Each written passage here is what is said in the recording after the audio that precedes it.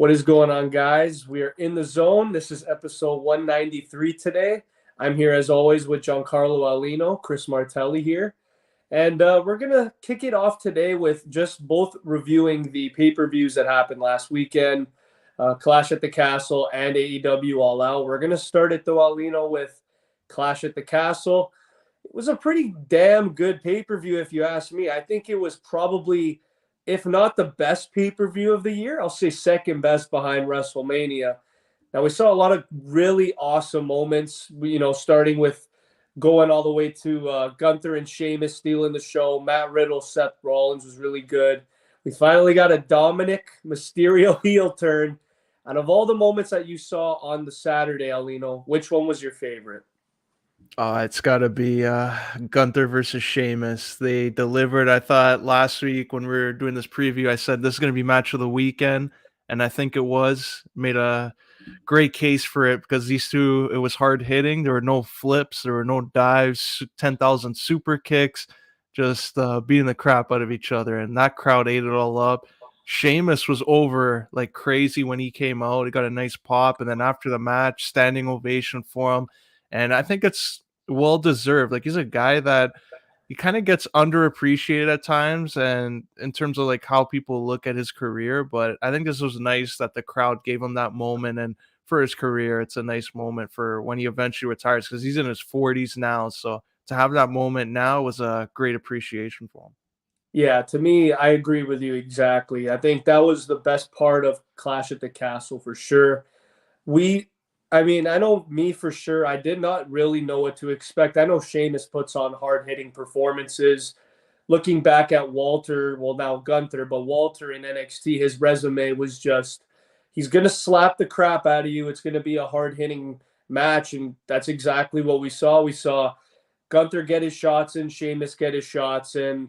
At the end of it all, though, Gunther was the guy that overpowered him, and he's been overpowering guys since coming to WWE. So it was a great story there. I loved how Imperium also reunited. The theme, everything in that situation, getting Giovanni Vinci back, I think was a big part of this segment as well. I'm not going to lie to you. I really liked the fact that the Brawling Brutes and Imperium didn't really, we saw at the beginning of the match, they kind of were beating the shit out of each other. And I thought that was a cool spot where they're just staring each other down. But I'm really happy that they didn't ruin the match. They didn't get involved too much.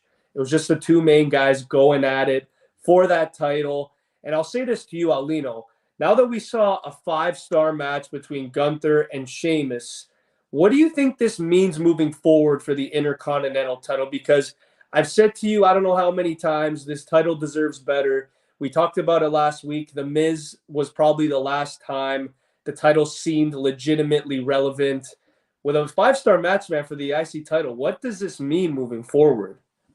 Yeah, I think it's going to mean WWE, and I think Triple H takes this title more seriously. Like before, the last 5 years, I would say, it's Vince McMahon, when he was running things, probably didn't view it like that anymore. He just like, whoever has it, let's see if they can get over with it, and maybe we'll find something for them after. But with Triple H now, it looks like he wants to put importance on it, that whoever wins it is going to have that responsibility to go out there and have that kind of match that Gunther and Sheamus had. So if they look at other guys now coming up, I think we can see some similar matches out of them. And I think this could be that workhorse title, and that kind of title where it's going to be one of the longest matches on the card each time it's undefended. Yeah, I agree. I think it should be as well. You're looking at Gunther and how great he's been able to be. And also, you're looking at what he's been able to accomplish in terms of, like, look at his body. This guy was, like, a lot more out of shape back in NXT. They gave him the title for 800 plus days.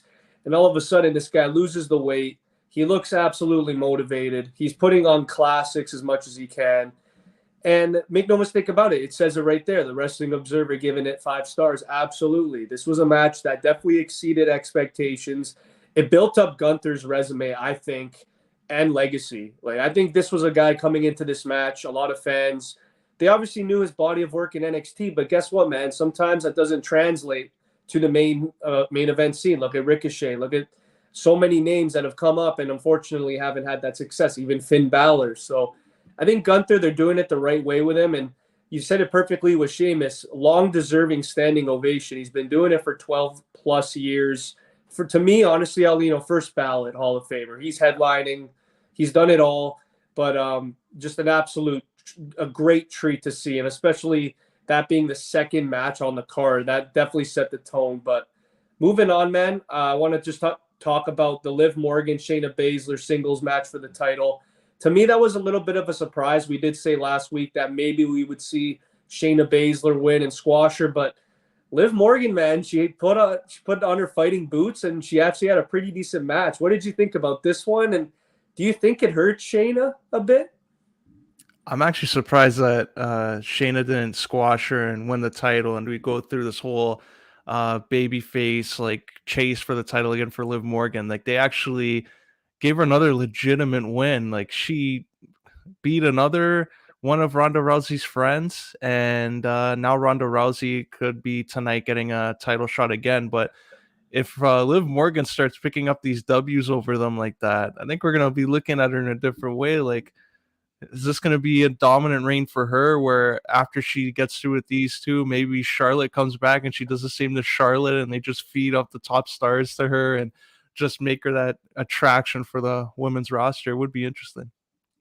I mean, I think I saw a stat, Aulino, where she's the only woman on the whole roster to pin Ronda twice. And when I saw that, I was like, all right, they have a lot of high hopes for you, Liv. You gotta pull out your boots, and she did it on Saturday. And hey, if she beats Ronda Rousey tonight, I don't really know what her expectations are and her ceiling. Can she hold the title for as long as Becky and Charlotte did? Probably not, but this run to me it's been surprising. So I really applaud WWE booking. I didn't, like we said, we didn't see Liv Morgan winning this, but she did. And then here's the big, I mean, it wasn't a surprise. It was predictable. We did call it, but that tag team match, man, honestly, I thought it was really good. The Judgment Day and Edge and Mysterio, there were a lot of fast spots, a lot of slow spots, but at the end of the day, we saw the storyline take an even bigger, jump with Dominic turning. What were your thoughts on that part of the contest? And what do you see next for Dominic Mysterio? Do you see him staying with Judgment Day on the main roster, or do you potentially see him getting sent down to NXT?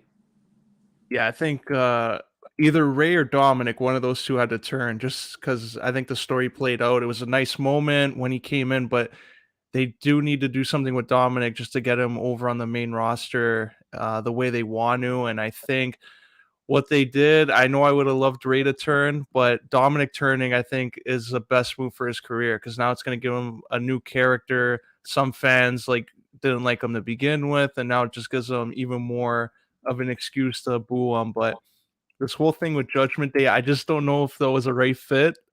He came out on Raw, and I know they're doing the thing with Rhea Ripley, but I think this could lead to something where that group in NXT with Santos Escobar, Legado del Fantasma, I think it's called, that I think they could be called up. And I think Dominic has another swerve here as a heel where he's going to lie, cheat, and steal like Eddie Guerrero, and he's going to join that group instead when he turns on Judgment Day just to get him back because I think Dominic's holding some receipts over here.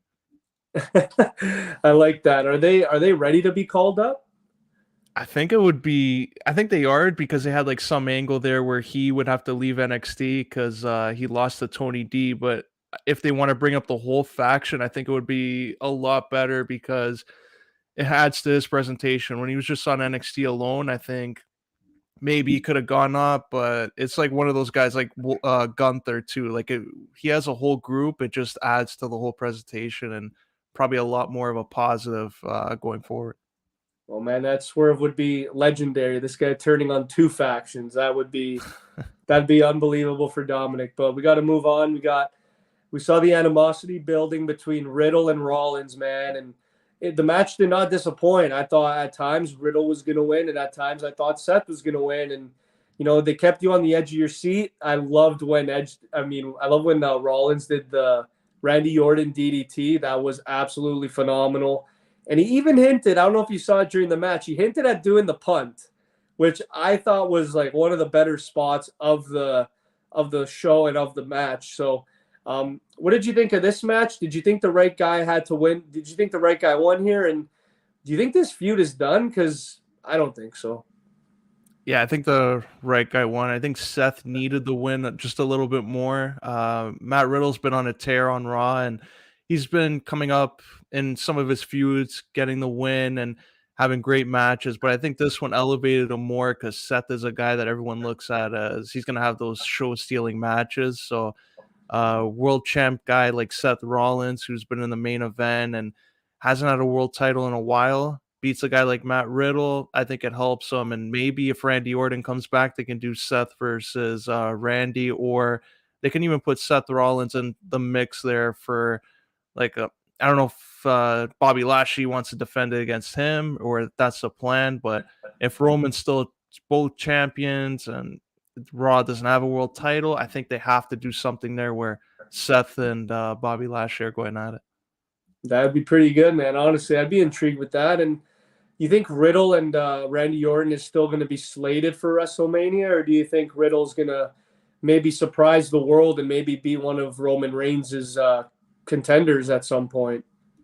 Yeah, I'd like to see Randy come back, just them two embracing and Riddle thinking that Randy's back and everything's okay, and he just hits him with the RKO and turns back into that old asshole heel Randy Orton. We've He seen it plays so that many role. times. He plays it so well. So it'd be a shame if he didn't go back to being a heel again.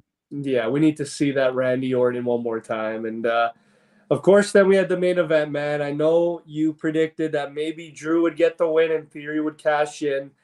I said Roman retains, and Roman just keeps it going. The Roman train is still going strong, and the match was 30 damn minutes, man. That was a long one. What did you think about it? Do you think it exceeded expectations? Were you a little disappointed with the result? And what's next for Roman, man? Yeah, I think it was a little too long. I thought the match was great regardless. They had a lot of swerves in it. Austin Theory comes out, then looks like he's going to cash in, gets knocked out by Tyson Fury at ringside. Roman then takes a finish, takes a Claymore again, and it looked like Drew was going to win it. Drew even had his old entrance scene beforehand as like a little intro, so the crowd was going crazy. I thought it was a perfect way for Drew to win, but it looks like they have other plans for Roman right now, and I'm not mad about the result because Solo Sikoa coming in does make things for Sami Zayn. It helps kickstart that program with Kevin Owens and the Usos. So I'm all for Roman retaining there. Yeah, I like it too. I think for the long term, I think they have big plans for Owens and Zayn, like you mentioned. I think for the tag team, the Usos have held it for quite some time. And, you know, they were building up the Usos' resumes and legacy quite a bit at the pay per view. They did a little bit of a promo with the Usos and how dominant they've been for so many years. I think you insert Kevin Owens, who I thought, dude, a couple weeks ago was going to turn heel after attacking Elias, or sorry, Ezekiel. I thought like it just took a completely different turn. He turned basically babyface after facing Happy Corbin, and now it looks like he's going to be, you know, he is that prize fighter KO, but he's a face. So you bring Sami Zayn into the mix after a potential bloodline beatdown. I think that's absolutely perfect for the tag division. And, you know, there's not a lot of great teams out there right now that can beat the Usos. You know, the New Day are doing their thing with the Viking Raiders. I think there's just so much potential in the tag division that Triple H is finally, I think he's finally seeing that, you know, they have both belts. Somebody has to beat them at some point. I think Kevin Owens and Sami Zayn could be that tag team, no doubt about it. But overall, you know, I know that we really enjoyed this show. I thought it was better. Like I said, I think it was second best or the best pay-per-view of the year. Not a lot of negatives in this one, but I will say this before we go to AEW. Were you surprised that we did not get to see Sasha Banks at this pay-per-view? I am a little bit. I thought if she wasn't going to be on Sunday or Saturday, sorry, I thought Monday for sure, and we didn't see any sign of them. I know on social media there's like all these pictures with Titus O'Neil, Bailey, her, Naomi. So clearly it looks like she's going to be back in the mix at some point. I just think it would have been perfect on Raw if they had that whole tag scene. Once that gets sorted out, though, I think it's close, though. So maybe if it's not This coming Monday, I think of like whatever happens at Extreme Rules, whatever follows that, I think you have to have her back in the mix before Crown Jewel. Do you have? Because I think on Monday night they're doing EO and thing for the tag titles. Do you think they win it on Monday? And because the way that it's panning out for me, Aulino, is I think Raquel and Aaliyah lose on Monday. I don't see them retaining. I think EO and Dakota Kai win the tag titles. And I think Sasha might come out on Monday night with Naomi to maybe challenge them for the tag titles at the pay per view, or maybe a triple threat. I'm not sure, but would you rather have that, or would you rather have them wait till maybe during a pay per view or after a pay per view? Yeah, I think whenever they change hands of titles, I would have them come out right after the match. So when they had that tournament, I thought EO and Dakota were going to win, and that's when they come back. But they went in another direction, and maybe they want to help build up Aaliyah a little bit more and Raquel since they're both fairly new to the main roster. So I think that would make sense if you have the title changing hands and them making their return. Crowd goes crazy for that, and then Triple H can have another tag team scene that he can develop and hopefully build up more. Yeah, a lot of potential there. But now we got to move on to All Elite, All Out, AEW. Man, like this, to me, this pay per view was pretty good. I thought it was a little bit longer than it should have been. A lot of matches. I guess I'll start it off. We'll just go right through the card. We had Hook versus Angelo Parker here, and of course Hook stays undefeated, beats him by submission. What did you think about this match, and what do you think is next for Hook? Because I'm looking at a lot of challengers for him, and I don't know if he's going to have this long reign like Goldberg did in WCW, but like, what do you think about this Hook reign? Because he doesn't look big. Like, he's just a guy. Like, he looks like a little kid out there, and he's beating everybody. Like, what do you think about this run by Hook? I think they need to just do something different. And I know him and Danhausen are like a team sometimes. I think they need to commit to that long term and make them a tag team. So if Hook is in a match and he loses, it's Danhausen taking the pin. They could continue building him up and just running through guys. But I think to save his character, I probably the tag team scene would probably be best. Yeah, like I just feel like him and Cargill are very similar. Like they have a lot of potential, but you're just gonna make them stay undefeated and put on what 4 minute matches. Like I don't like it. I don't buy it. But I think the FTW championship, I think it deserves a little better than 3 minutes. No, like I know Hook is a pretty good name, but it's not going to gravitate to a lot of fans if it's 4 minutes. Yeah, and I think it's one of those things where are they confident in him to go? It depends on the opponent, but are they confident in him having a 15-minute match on a pay per view, or do they think that he's not ready yet, so they don't want to expose any weaknesses he might have? But I'm with you. Like, I think that eventually they have to do something where, like, is this guy going to be on the main roster or their main roster, or is he going to be still honing his craft there on AEW Dark and Elevation on YouTube? Yeah, and so that was like again, these were just the pre-show matches, but we also had Guevara and Tay Mello defeat Ortiz and Ruby Soho by pinfall. Did you like this match too? Like to me, it was whatever. I mean, the AAA World Mixed Tag Team titles. It's obviously great to see the couple, Sammy and Tay, get the win here, but to me, I don't know. Like I kind of want the Jericho Appreciation Society to kind of break up at this point, man. Like it's not interesting. Yeah, I'm with you. Like, I was at the TFC game and I'm looking at Twitter of like clips that pop up, and I see this spot and Ruby. It looked like she got injured. I'm just thinking, what the fuck happened here? Like, Sammy Guevara holding back here, almost. Like, I'm surprised no one broke their neck. Thank God. But like, this whole match just a disaster. If it wasn't on the show, I would have been happier.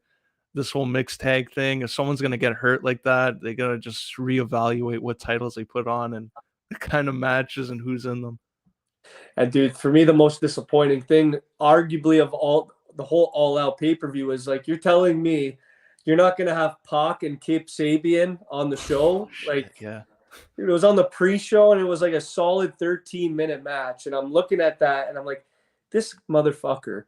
leaves WWE as one of the most like highly touted, potential driven guys, and this guy is not even making the main card. It amazes me. Like when AEW first was a company, I remember 3 years ago, he was facing Kenny Omega, and now this guy's on the pre-show. Like, come on, man. I know the match was good, but you definitely you have to give Pac a lot more opportunity. And that's a new title too. Like, this is not like a title that they just, oh yeah, it's the FTW title. This is like a title they really put a lot of thought into, it looked like. And when Pac won it, it looked like a big deal. And now it's like a pre-show title, and he's never really defending it. They're not really caring about it, which is a shame, because Pac came into AEW with like this long undefeated streak. And when Kenny Omega actually beat him, it was looked at as, okay, this is a main event feud right here. Like it to me, dude. Honestly, I hate bringing like I hate mentioning WWE with AEW, but it reminds me of 2012 when the Miz held the Intercontinental title and he was on pre-shows against Sin Cara and Santino, and it's like if you're the Intercontinental Champion and you're on a pre-show and you're facing Sin Cara, that's not going to do anything for any title. So I hope this was just a one-off for Pac on the pre-show. He definitely does not deserve to be there. And I guess we'll see, man. But I do agree with you. Like when he won the title, it was a big freaking deal. And now he's here pre-showing it up. To me, it's just surprising. And even another guy on the pre-show, Eddie Kingston. Like, all right, this guy's on the pre-show. I mean, he obviously got the win here. What did you think about this one? Does the result really matter? Because Eddie Kingston to me has a lot of potential. He has a lot of future opponents he could go up against, but at the end of the day, man, it's up to Tony Khan to tell him, hey, we're going to put you in this storyline. We're going to put you here. Do you think Eddie Kingston really has any sort of ceiling ending 2022?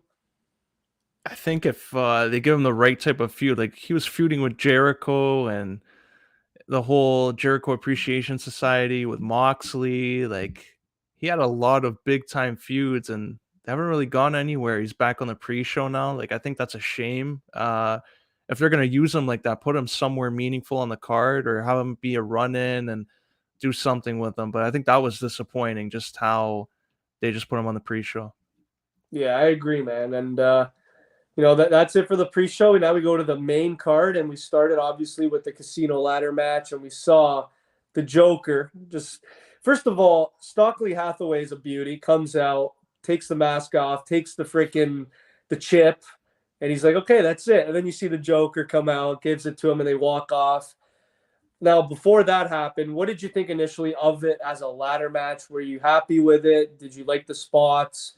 I thought, honestly, man, no surprise here. Claudio, to me, was the standout, doing his typical running around the ring uppercuts, jumping around. I also thought in this match, I thought Andrade was pretty good, but to me, Ray Phoenix, like in these matches, I don't know what it is. He stands out to me more than anybody else. But in terms of you, Aulino, who stood out and did you like the end result? Because to me, it left me intrigued.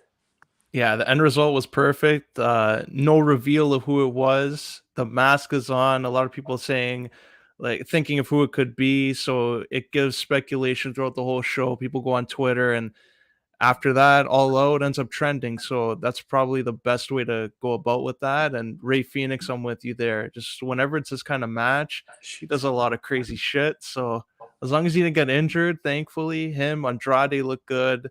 It's good to see him finally on the pay-per-view. So I thought those guys did a great job in that match.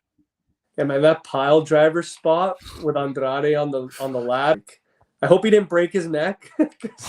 I guarantee you, if that was Bryan Danielson, his neck is broken. So that match was great. I'm not gonna lie to you though. When I saw the Joker come out and you see the walk, it's like, okay, I know exactly who that is. But it was great nonetheless.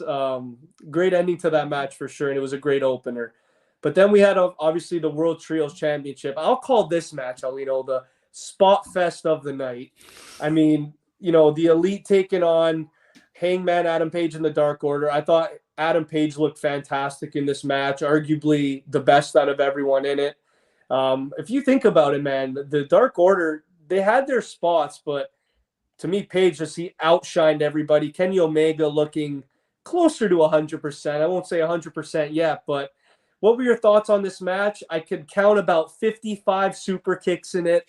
Just overall, though, were you happy with the end result and the Elite winning?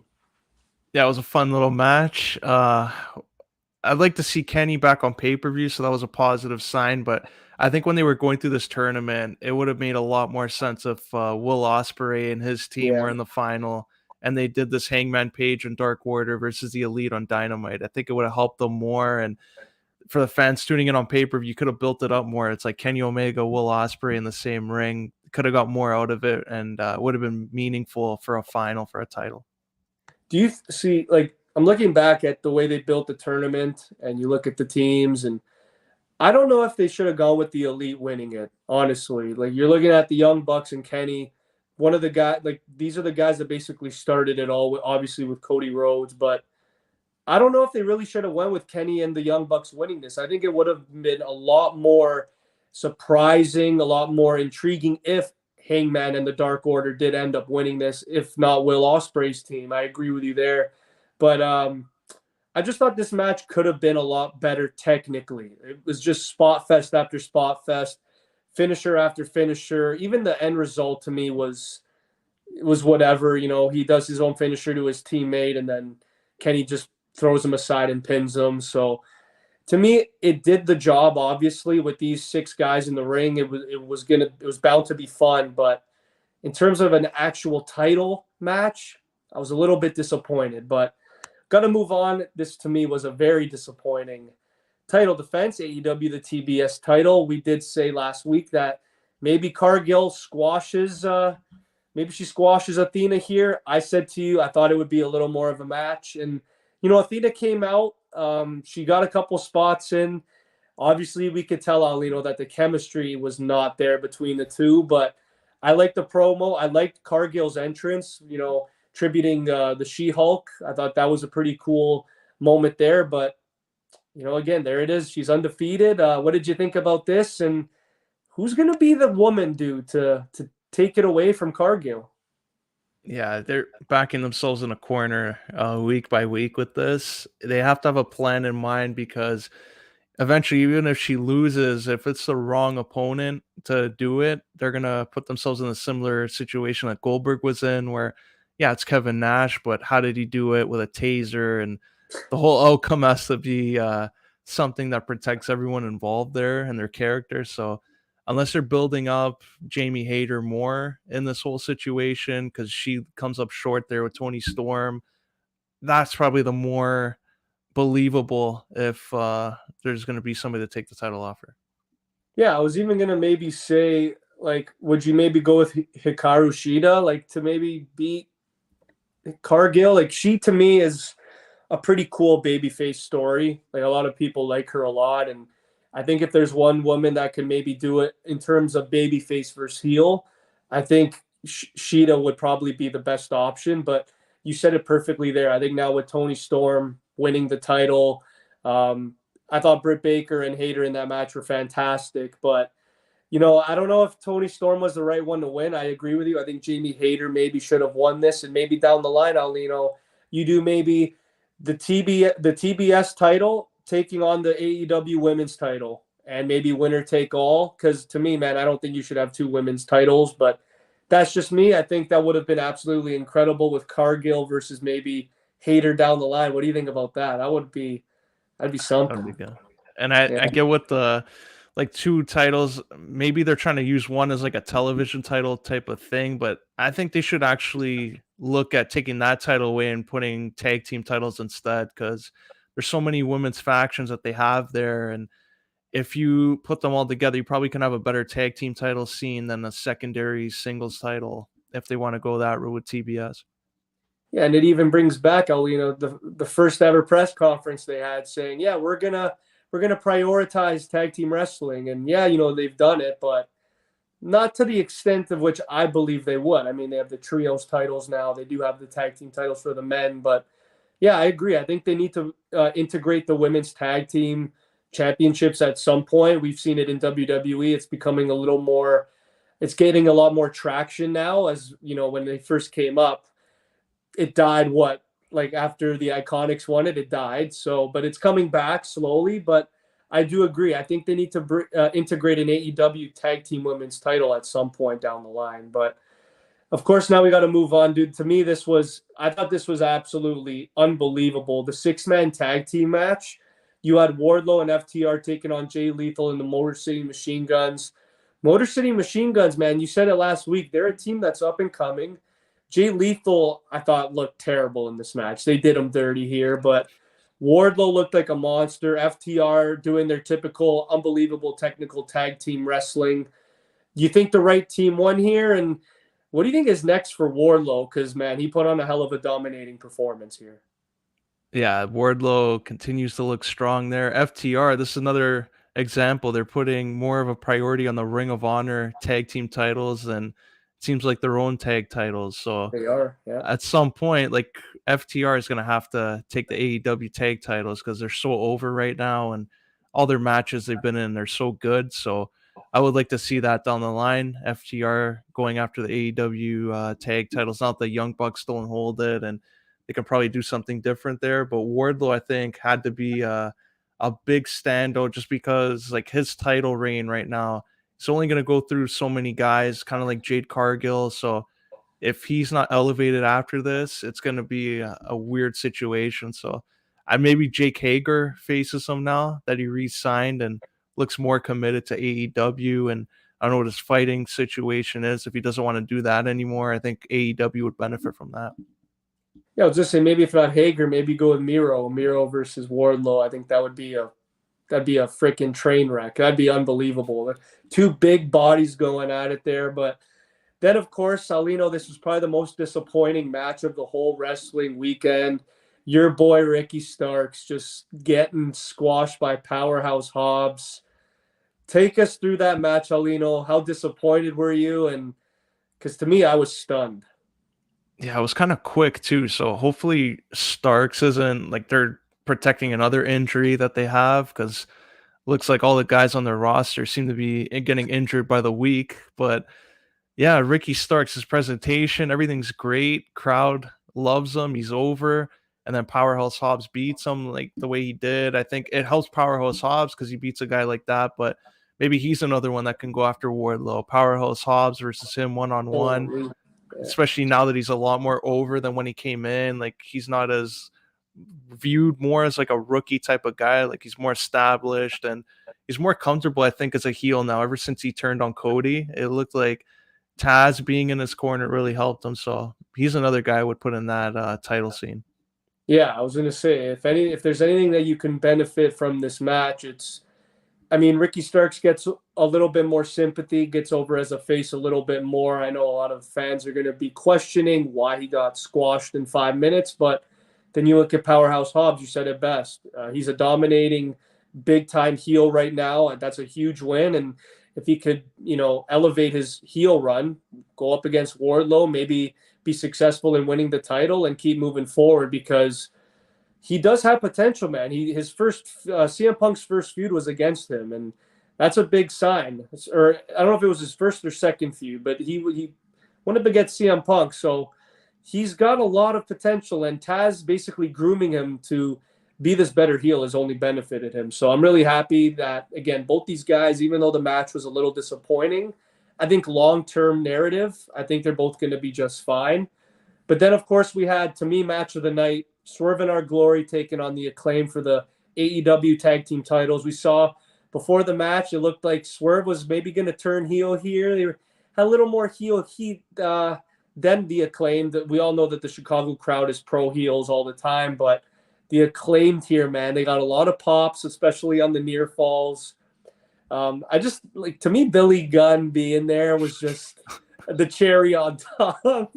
Like he scissors Swerving our, like, to me that made no sense after the match, but I love this dynamic, man. How Swerving Our Glory are the faces, they're getting booed like tremendously, and I thought Max Caster here, man, just lifting up Keith Lee during the match was just one of the most impressive spots of the night. Yeah, they're fun.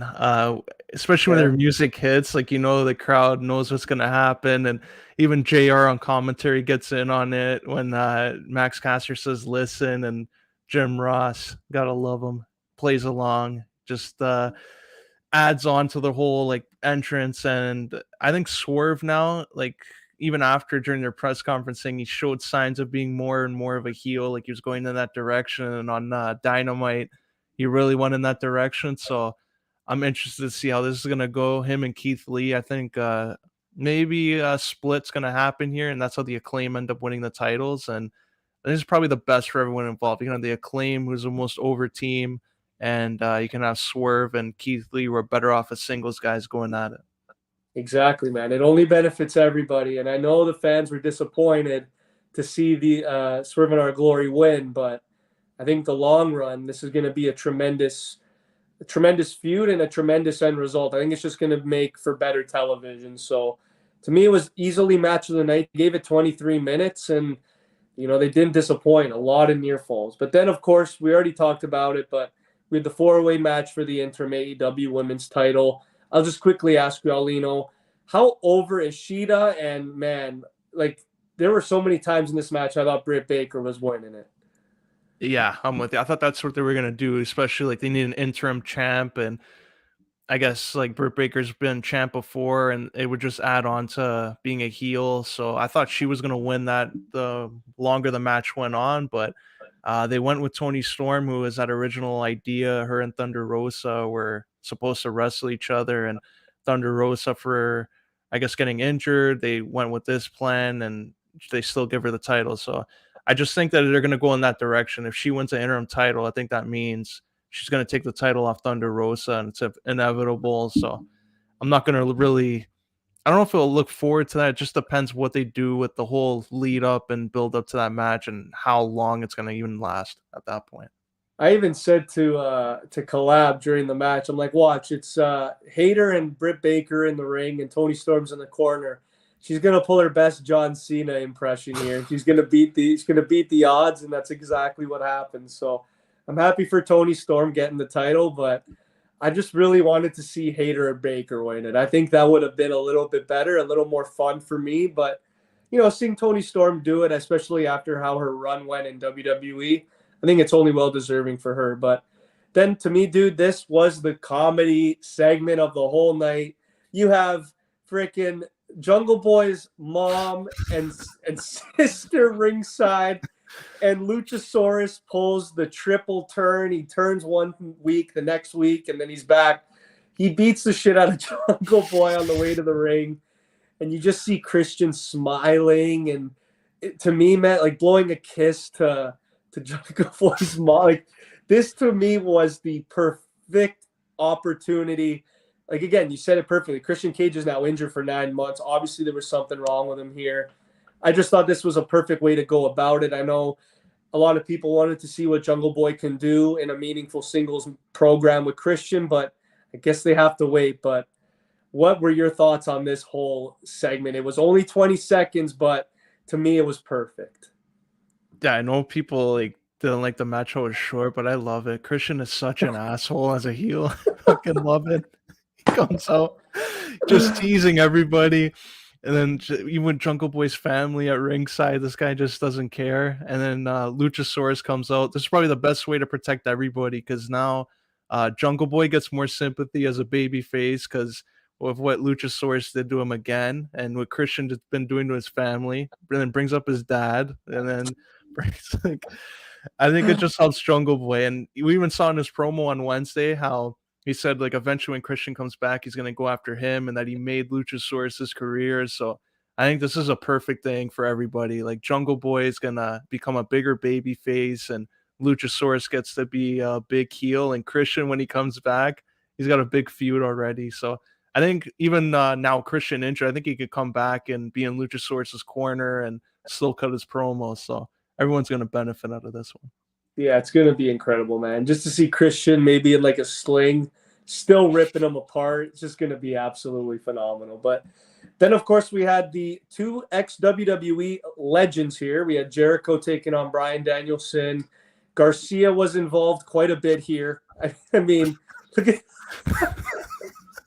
I loved it. 20 seconds, pins him, easy work for Christian. But then, of course, we had Jericho and Bryan Danielson in a pretty long singles match. Now, the pace obviously at times was there, but for the most part, it to me reminded me of a Triple H type match, very slow paced. Um, Aulino, I know we both love these guys to death. Do you think the right guy won here? And how do you think they made both guys look overall in this match? Yeah, I think they made them both look good. They gave them their time to, I guess, shine and look like they were gonna win. I like how it wasn't like Daniel Bryan losing and it was gonna be something dumb that happened that led to it where we're gonna get a rematch 2 days later. So I think Jericho was the right guy to win because I think they're doing something with Garcia and the Jericho Appreciation Society and with Daniel Bryan or Bryan Danielson like congratulating him and putting the title on him, it pissed Jericho off. So with that whole feud, I think Jericho's going to go after that Ring of Honor Pure title, it looks like, and he's going to beat up his boy and tell him to fall in line there. So I think they're going to be connected, and Jericho's going to build another star in AEW. Yeah, I love it, man. I think the whole thing with Garcia too, and he really cares about him, man. He really is saying, you know, like, listen, like, I'll be there. I'll be kind of like a father figure to you. Like, I've been here for 30 plus years in this industry. Like, just listen to what I have to say. And this guy just continues to go with Daniel Bryan. I don't get it. Like, this guy, he's a hardhead, Garcia. But, you know, I love seeing Jericho, man. Like, he's been doing it forever. He's shredded. He's lost so much weight. Like, you could literally just see it in his picture alone.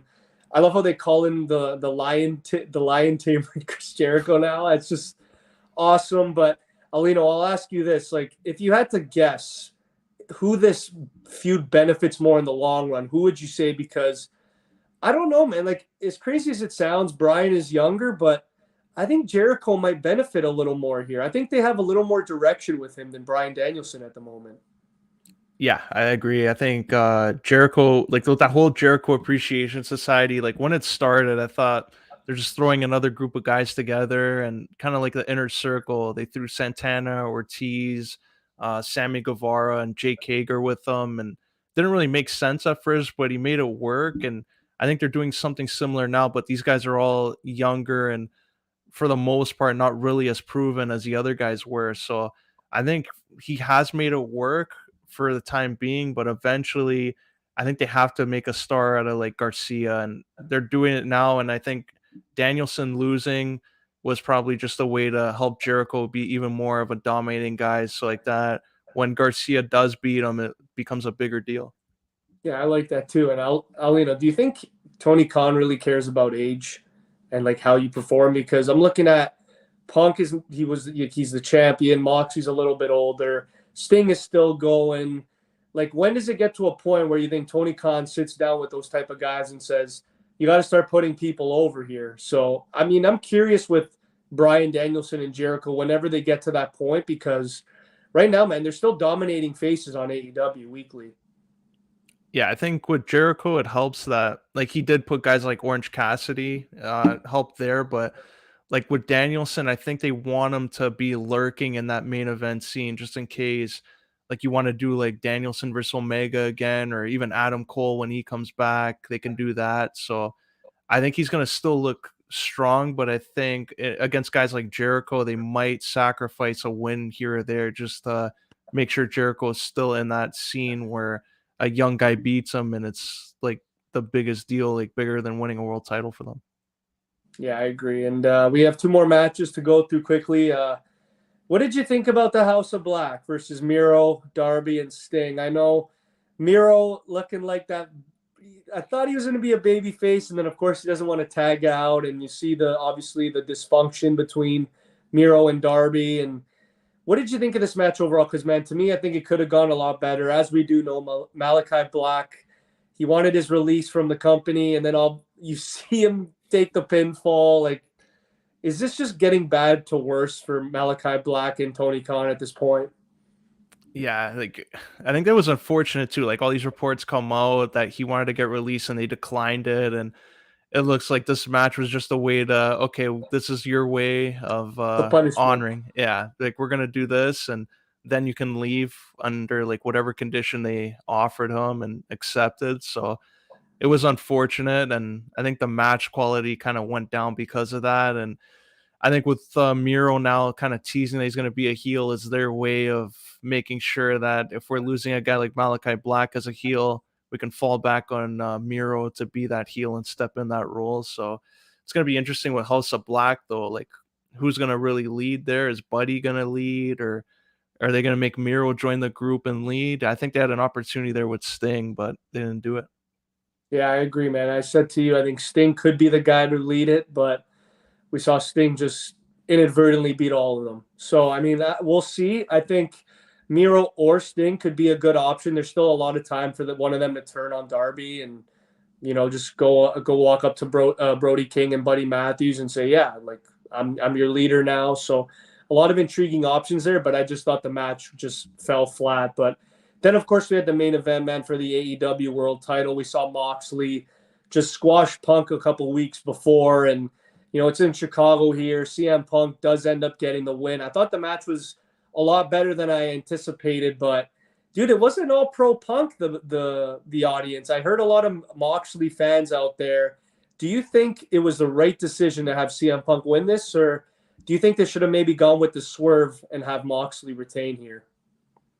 I think they should have just gone with something different and maybe have the Joker come out and add himself to the match, because they did say that he can wrestle whenever. And if it was part of the contract, they could have worked it in there and have a surprise ending. But with that whole squash, I think it took away from it, because it was like, okay, CM Punk's going to get the win back. It's in Chicago, and he's going to just take his title back. And then that's what ended up happening. So it was kind of unfortunate that the ending was kind of, a lot of people can see through what was going to happen. But I think MJF stole the show, and he got the crowd, which I thought was a surprise. I heard a louder response for MJF when he was revealed as a Joker than CM Punk after winning the title. And I think that's kind of worrying if you were the top guy in your own hometown like that, winning a title, and MJF, the biggest heel, is getting more love there.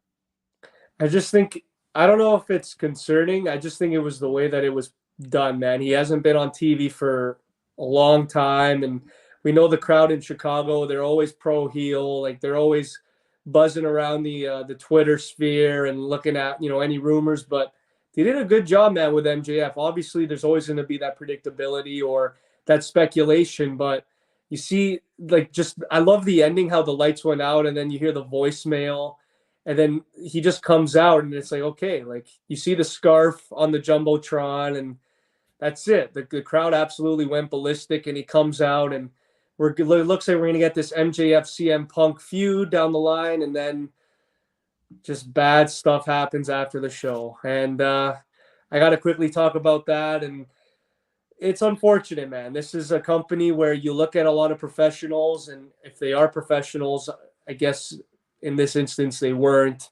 We saw CM Punk and Kenny Omega and the Young Bucks get into a big altercation after the show went off air. Now, again, Aulino, you probably know more than me. I'm not really sure who started it, but Tony Khan, he said that he's vacating both the AEW World Title and the Trios titles. So, what does this mean moving forward, man? Is this whole MJF big return at All Out for nothing? And is he the guy that just ends up winning the title in the long run, or do you maybe have Moxley again surprisingly play superhero? Yeah, I think what it means was All Out was pretty much pointless. They had a Yeah, whole tournament for a new title that they ended up vacating, and then they had a rematch for an undisputed title match that ended up being vacated. So it's unfortunate. I kind of feel bad here, but Tony Khan, I think he has to look at how he managed the situation. Pull up this picture. Like, he's going off on the press conference, making the company's CEO and founder look bad, and he didn't really say anything. I think if he handled it better and just said, you know what, we'll talk about this shit afterwards, just answer questions only about the match or the pay per view, and we'll move on. And we gotta sit down and talk about that, but that didn't happen. And then we find out literally after the scrum, CM Punk and the Young Bucks get into a scrap back there. Kenny Omega gets bit and his hair pulled by that other guy, Ace Steel, who popped up on TV a couple weeks ago, and all hell breaks loose. So it's unfortunate, especially on your biggest show of the year. Yeah, and again, like, what is next after all of this? Is CM Punk leaving the company? Are they suspending the Elite? Like, I have no idea what is going on. What does this mean for guys like Adam Cole, who are rumored to come back? Like, there's just so much implications with these four guys specifically.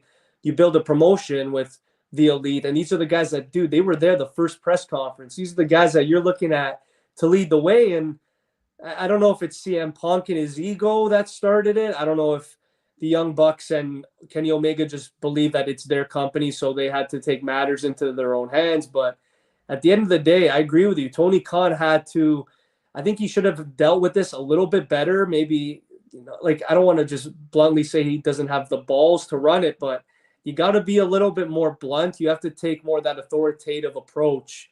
Because if a guy like Vinnie Mac saw this, this would be war. So I don't know what to make of it, Aulino. Again, like I said, you probably know more about it than me, but this is going to be something that we're going to have to continue to watch weekly with the AEW product. Yeah, and like what worries me is not like it happened. Like he was comfortable doing that with the leader of the company, this boss. So like I don't know if that's like a shot at Tony Khan from CM Punk. Like I can get away with this type of thing, but if CM Punk's sitting beside Vince McMahon in this situation, do you think he Oh, does that? no, no. Yeah. So I think that's I'd be worried. Like if you're Tony Khan, I think that's a way of saying, okay, you know what? Maybe I have to change the way I approach this and lead some of these guys so they fall in line at times. But I thought that was like a bigger takeaway from me, that how he was comfortable enough to do it. And if it wasn't like for a big storyline and it was, we found out it wasn't for a storyline or a big work, then it just makes your company look bad. Yeah, and another thing too, man, like, I don't even think he would have done that if Triple H was even beside him. And he doesn't even like Triple H. It's just, I think it's that respect factor at the end of the day, Aulino. Tony Khan is new to this. This is a guy that is wrestling his number one passion.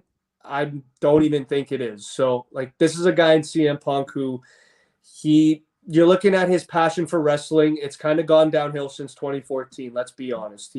At one point, he said he never wanted to wrestle again, went into UFC for a cup of tea, didn't work out for him, comes to AEW. And in my opinion, it seems like Punk thinks that he's been getting handed everything. And it looks like he thinks he's running it there. So there's definitely some sort of hierarchy dysfunction there where Tony Khan has to sit down, get maybe a little bit heated and say, listen, I run the company. It's my company.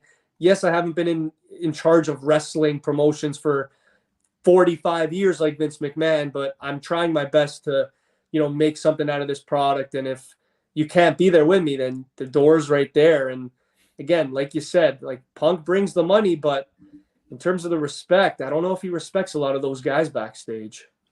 And also, it looks like he's bringing headaches there because as soon as he wins a title, they have to vacate it and do a tournament, and wins it again, they have to vacate it, do a tournament. So, like, if he comes back and says, "Yeah, I'm going to lead the company and be world champ and sell merchandise," okay, you can do that.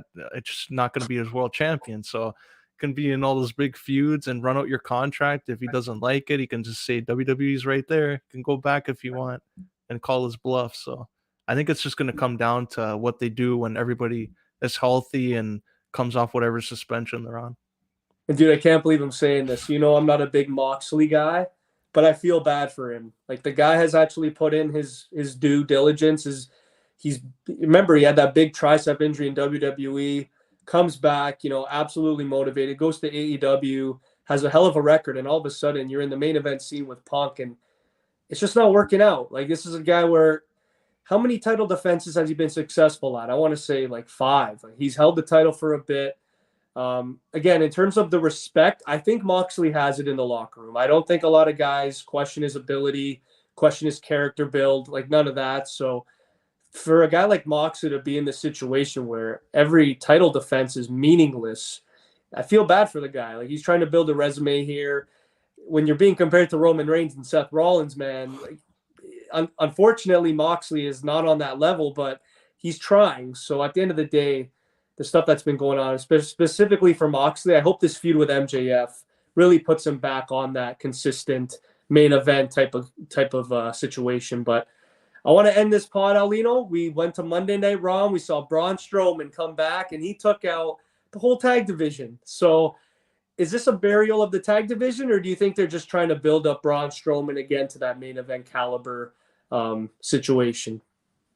Yeah, I liked it. I think it was a surprise because you wouldn't expect him to come out during a tag match. I think that was the whole shock factor of it, and the crowd loved it because you can tell it wasn't like they weren't expecting it at that point of the show where there's a tag match going on and then Braun's going to come out for that. I think they probably would have expected him for Bobby Lashley in the Miz's match, and out comes Braun Strowman during the tag match, goes through everyone, great pop, and it looks like he's going to be on SmackDown going forward because he said that Fridays he's going to take over that show. So looking forward to see what they have for Braun Strowman. Hopefully, it leads to Bray Wyatt coming back too.